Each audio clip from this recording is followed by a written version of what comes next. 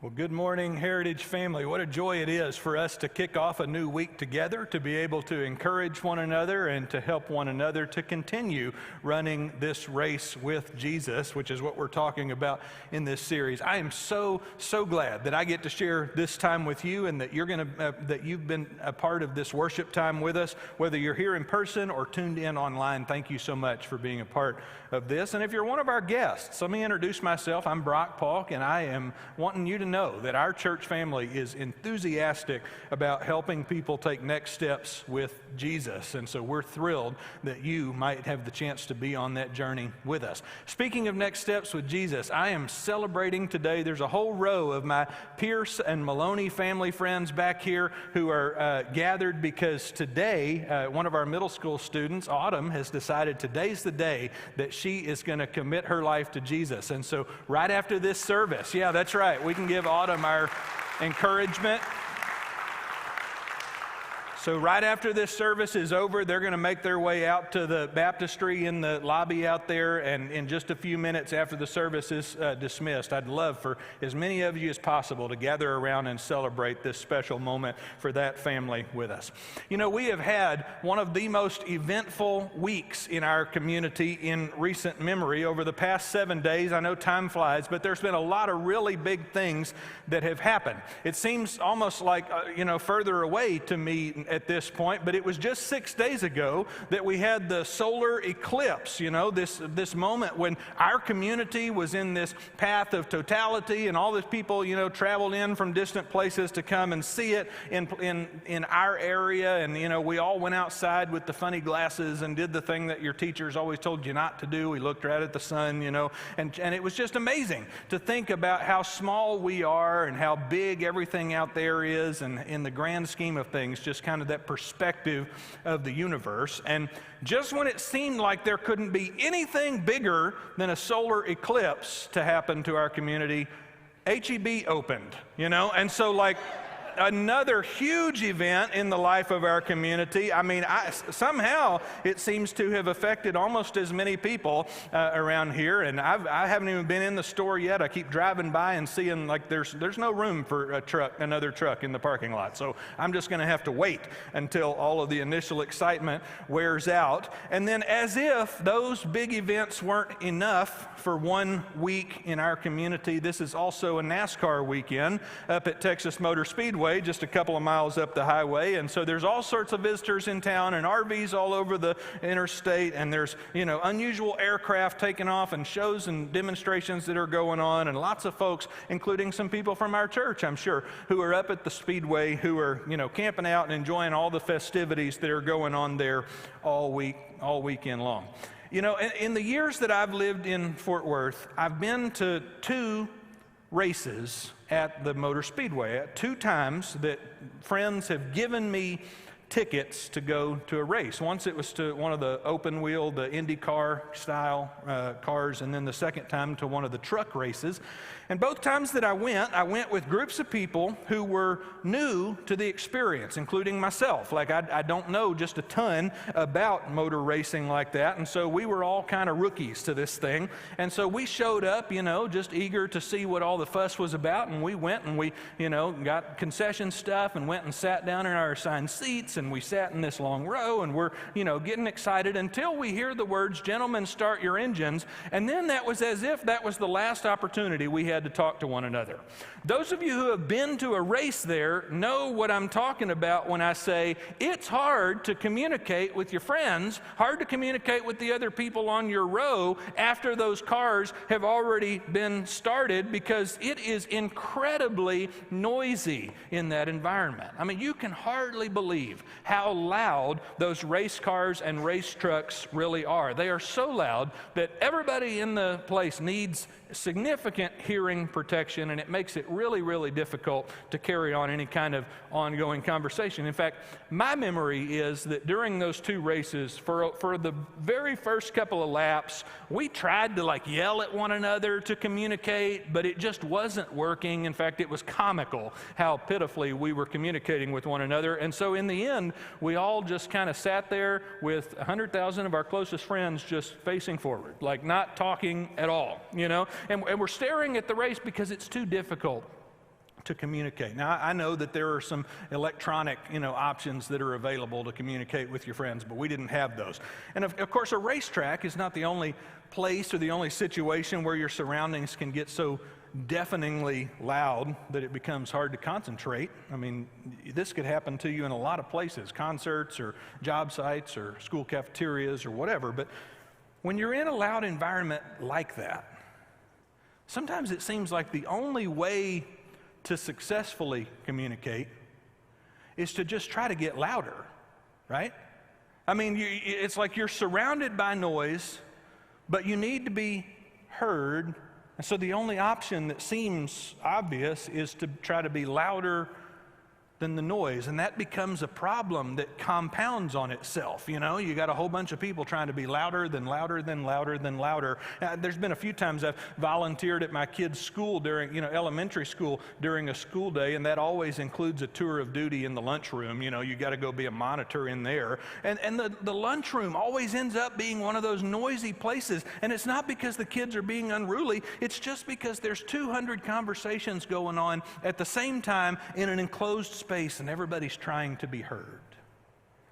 And in a moment like that, in a situation like that, nobody seems to be able to hear what they need to hear because the environment is simply too loud. There's too many distractions, too many obstacles in the way to really being able to communicate.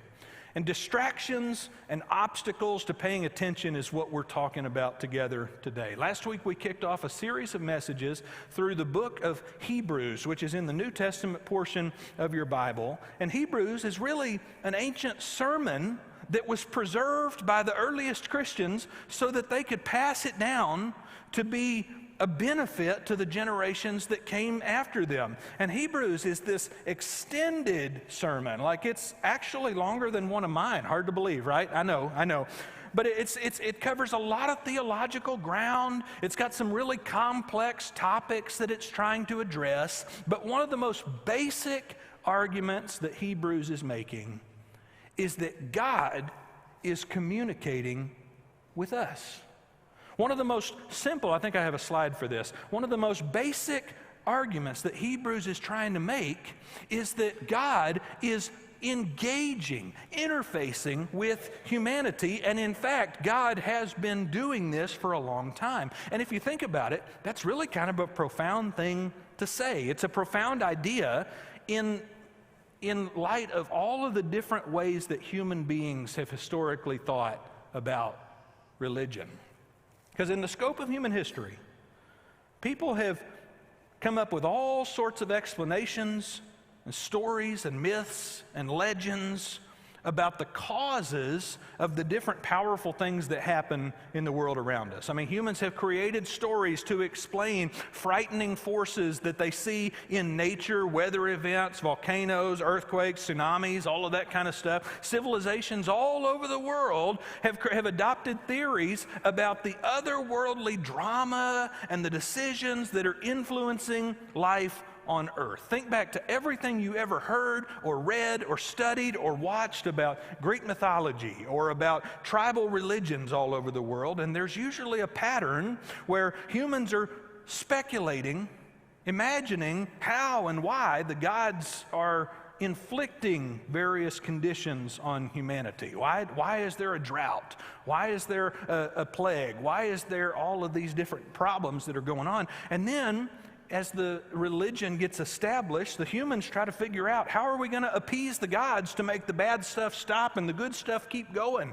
How are we going to sacrifice enough or worship enough so that the negative conditions will change for us?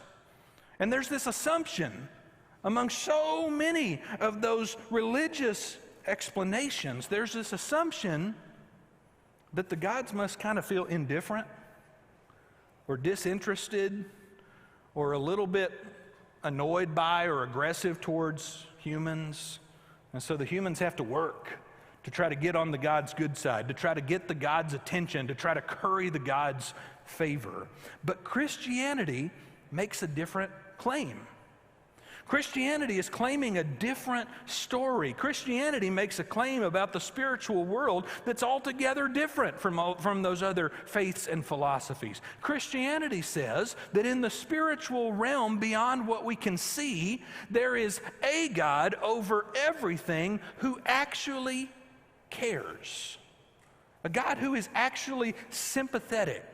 A God who is actually interested in what you and I are experiencing, interested in the well-being of humanity. This is not a God that's disinterested. This is not a God that's indifferent. This is not a God that's annoyed. This is not a God that's just overly angry. This is a God who is interested and connected to our story. In fact, Christianity is founded on the idea that God not only notices humans, but that God seeks out connection with humans, that God wants relationship with humans. And this is how the book of Hebrews begins. If you got your Bible, I'd be thrilled for you to open it up. You can use the app on your phone. I'm going to put these verses up here on the screen. But at the very beginning of the book of Hebrews, of this sermon, you find this statement that kicks off the whole thing. The preacher says, "In the past, God spoke to our ancestors through the prophets at many times and in various ways." Now, we're going to continue that in just a minute, but I'm going to ask you to stop right there. I want to remind you that this sermon was it was delivered for an audience who had a Jewish faith background, and so the preacher is referencing all of the stories in the Old Testament portion of our Bible, the stories from the history of Israel, where God communicated with the people. The preacher says, God spoke to the ones who came before us, the ancestors who came before us, through prophets. Now, a prophet is not necessarily someone who predicts the future. It's somebody who speaks on God's behalf. And so the preacher says, God has been speaking for generations to humanity. God has been reaching out through the prophets at many times and in various ways. So we're talking about the stories of people like Abraham and Sarah, and Jacob, and Moses, and Joshua, and Elijah, and Samuel, and Isaiah, and Jeremiah. And the preacher here is trying to point out this theme that's been developing through history, that God has been reaching out to humans. And this is big news. This is exciting news because it says something about the heart of God. What it says is, God is an initiator.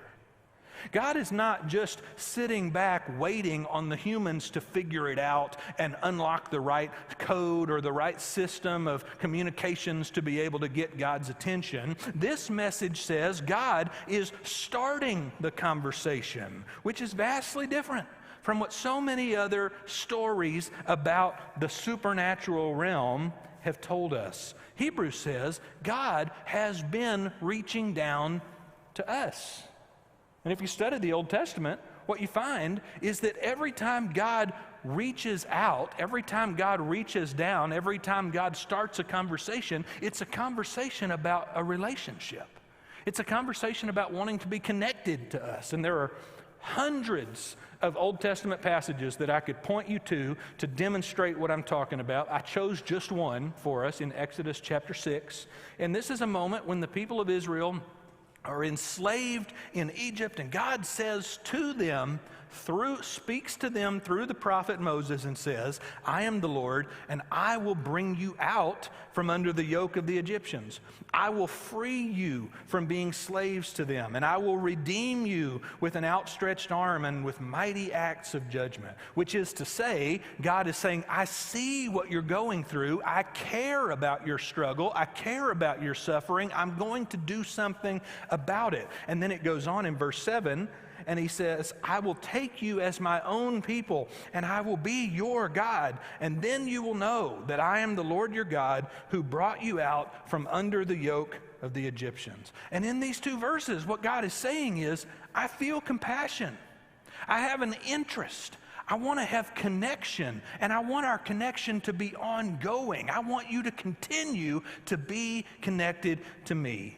And so, verse 1 of Hebrews chapter 1 says, God has been doing this, God has, in the past, been reaching out time and time again in many times and in various ways, but also God is still reaching out. This is what verse 2 is about. Verse 2 says God's not done. In fact, God has taken his communication with us to a whole new level. I want you to read verse 2 with me. After reminding us of the various ways that God communicated in the past, in the history, verse 2 says, in these last days, God has spoken to us by his Son, whom he appointed the heir of all things, and through whom also he made the universe. Now, this sermon, this Hebrews sermon, is being delivered to people who believe in Jesus. They're already committed to Jesus. And so this is an explanation, a reminder, a recentering on the story that they've already believed, the story they've already bought into. But the preacher of Hebrews also knows that their lives as followers of Jesus have been really difficult. There's been all sorts of challenges, and there's been all sorts of persecution, scary things, tiring things, discouraging things that have happened to them. And so the preacher is saying, this is our story. Our story is that God has been reaching out to us, and God has continued to reach out to us. And then in chapter 1, verse 3, the preacher describes Jesus in one of the most beautiful ways. This is one of those verses you could highlight if you've got your own Bible with you or the app on your phone. Chapter 1, verse 3 says, the Son is the radiance of God's glory and the exact representation of God's being, sustaining all things by his powerful word. Now, the significance of this verse is that the Hebrews preacher is telling us that Jesus is a description of what God is like. There's all of those Old Testament passages where God is reaching out and saying, I want to be connected to you. I want you to know who I am. I want you to know my character and what I am like. And in Hebrews, the preacher says, God has shown us an exact replica, an exact demonstration, an exact representation of God's character. Now, in the Greek, it uses a word like that means something like character. And sometimes you could think of the word character like the personality traits that somebody has. And so it would be very fair to read this and say that Jesus demonstrates the character of God. Jesus demonstrates what God's heart is like. If you want to see how God would respond in a situation, look at how Jesus responded. If you want to know how God cares about suffering or struggling or illness or disease, then look at how Jesus paid attention to those things. If you want to know how God would respond to people who are hateful towards him, look at how Jesus responded to people that were hateful towards him. I mean, that's one way to talk about somebody's character. But you could also use the word character to talk about almost like an alphabet letter. Think about the signet ring that a king would use to sign a letter with their initial on it. It's as if Hebrews is saying Jesus is God's signature. This is a demonstration, an authorization of what God has been trying to communicate to us. And the sermon goes on and says, after Jesus had provided purification for sins, talking about the crucifixion, death, burial, resurrection, he sat down at the right hand of the majesty in heaven, and so he became as much superior to the angels as the name he has inherited is superior to theirs. All right, now that sounds complicated, but I want to simplify that for you really easily, because in the next section, what the author of Hebrews, the preacher, is going to do is quote about a bunch of Old Testament passages that have to do with angels and say, you thought angels were impressive. I mean, every time an angel shows up, they immediately have to say, don't be afraid, because the people they show up to are terrified, okay? Every time. But the author of Hebrews is saying, if you thought angels were impressive, if you thought the message of angels was something that humans ought to listen to, then guess what? Jesus is even above that. The rest of chapter 1 says Jesus is the one that the angels serve. Jesus is the one that the angels honor and worship. Jesus is the one who tells the angels what to do. This is a description of how things work in the heavenly realms. And the writer of Hebrews is saying, if you thought that we could trust all the things that angels told people in the past, then guess what? You can really trust what Jesus has to say, what Jesus has said, and what Jesus is saying. But the difficulty in trusting what Jesus is saying is that you have to be able to hear it above the noise, right? We live in a noisy culture, don't we? And sometimes the noise is like, the noise that we hear with our ears, and sometimes it's just the drama and the complication of everything that's going on around us. Some of us who wear smartwatches will occasionally, find ourselves in some environment where we get an alert and there's a buzz on our watch and it says, hey, you're in a noisy environment. You're in a place where you either need some hearing protection or you need to get out of there because it's not a good idea. It's not good for your health to stick around in a place like this. We live in an environment that's noisy, but not just with sound. Some of the noise is because of the division and the fighting that happens in our culture. Some of the noise is because of the fears and the anxieties and worries that we carry with us. Some of the noise is because of just the busyness of our schedule and our responsibilities. Some of the noise comes from the things that we use our time for, that we love. But there's all sorts of reasons why our world is a noisy, distracting place. And the reason I bring that up is to set up Hebrews chapter 2, verse 1. This is the verse that I hope you'll take with you from this sermon today. The preacher says, we must pay the most careful attention, therefore, to what we have heard, so that we do not drift away. We must pay the most careful attention to what God has been saying, to what God has said, not only through the prophets at many times and in various ways, but we must pay the most careful attention to what God has said to us most recently through God's Son. Because if we don't do that, we could end up drifting away. We could end up losing our mooring. This drifting idea is kind of a nautical metaphor, kind of something to do with sailing. It's like if you start to drift away, it means that you get off course. You aren't staying where you thought you were going to stay. You're not staying in the route or the lane that you thought you were going to be in. Drifting away means that you've lost your focus on the destination, or you're lost your ability to move towards the destination. You're losing ground. And the preacher says, we've got to pay careful attention to what God has said through His Son so that we don't drift away in this spiritual journey. And then 3 more verses we'll read together. Beginning in verse 2 of chapter 2, the preacher says, for since the message spoken through angels was binding, and we're talking about all those historical moments where God spoke directly to people in the Old Testament, and it really carried a lot of weight. Those were important messages. The preacher says, since what the angels had to say was important, and since the law, every violation and disobedience received its just punishment, since the law was important, how shall we escape if we ignore so great a salvation? What are we going to do? How are we going to finish the race? How are we going to end up where we're supposed to go if we ignore what God has said through the Son? This salvation, verse 3, part B, this salvation which was first announced by the Lord was confirmed to us by those who heard Him, the people who saw Jesus risen from the dead, the people who carried on the message of His ministry. And God, verse 4, also testified to it by signs and wonders and miracles and gifts of the Holy Spirit distributed according to His will, which is to say, God is affirming the message of Jesus over and over again. Jesus is what God has to say. Jesus is God's message to us.